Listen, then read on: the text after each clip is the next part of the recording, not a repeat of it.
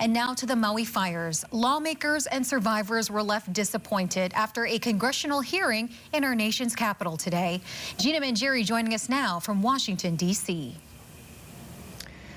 The stated objective of this hearing was to determine what, if any, connection there was between Hawaii's electric infrastructure and the cause of the fires, and how anything could be prevented going forward. But by the end of the day, there were more questions than new answers that arose after many hours at the hearing. The heads of HECO, the Public Utilities Commission, and the State Energy Office were sworn in to testify under oath before a House Energy and Commerce Investigative Committee. At times, the dialogue was tense, and the Congress members voiced their dismay about it. So when you're asking why didn't we shut off the power, that is not our protocol to do that. All right, let's stop right there. Okay. Going forward, are you re-examining that? Are you looking at doing the public safety power shutoff programs? Are you looking at that now? And are you re-examining your protocols because they didn't work? We are absolutely re-examining our protocols. One asked, is HECO committed to make internal investigation results public once complete? Is there any reason why you wouldn't make it public? I mean, you seem to be hesitating a little bit.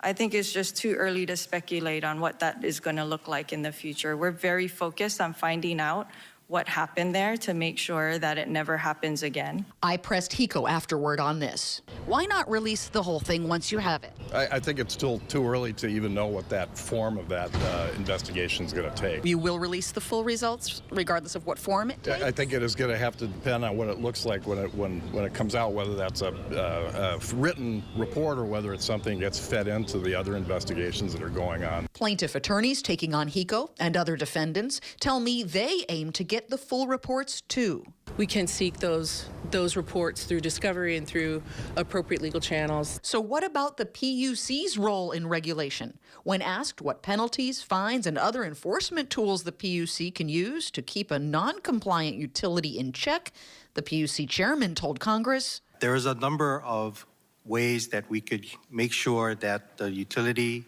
is accountable, is held accountable, right?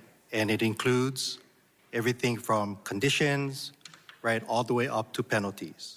And like I said, we use our process. Mr. Chairman, I'm not satisfied with the answers. I pressed the PUC afterward on this and also when they'll be investigating. What more can you do to satisfy their answers, but also your enforcement authority? Yeah, I think we came here to try to explain, our role at the commission. We still reserve the right. We want to make sure we get all the information from the ongoing investigations, both the Attorney Generals, the Maui Fire Department. Survivors who came from Lahaina to Washington are demanding more answers and action, like this family that survived not just August's blaze, but narrowly evacuated the 2018 fire, too. It's really annoying to hear, honestly, that they are trying to come off like there weren't warning signs that they didn't already know, that going forward from now, they're gonna do better. Like, we lost homes in 2018, and it took our entire town burning down for them to say, okay, well, now we're gonna do better. It's ridiculous. At least one member acknowledged the lack of specifics offered today could be in part due to yet unknowns from ongoing investigations that could go on a year or more. I do think it would have been helpful to have the benefit of the on-the-ground findings from the authorities before pulling the attention of our witnesses away from recovery efforts to appear before us. Looming over Washington all week, the specter of a federal shutdown, with the House unable to agree on spending bills. A reckless government showdown, or shutdown, I should say, which we know is imminent, would slow Maui's ability to rebuild and recover. Spending limits also on the minds of local officials when it comes to major preventive actions that come with price tags in the billions, like undergrounding utility lines. At the end of the day, are we impacting the ratepayers greatly just for that island, right?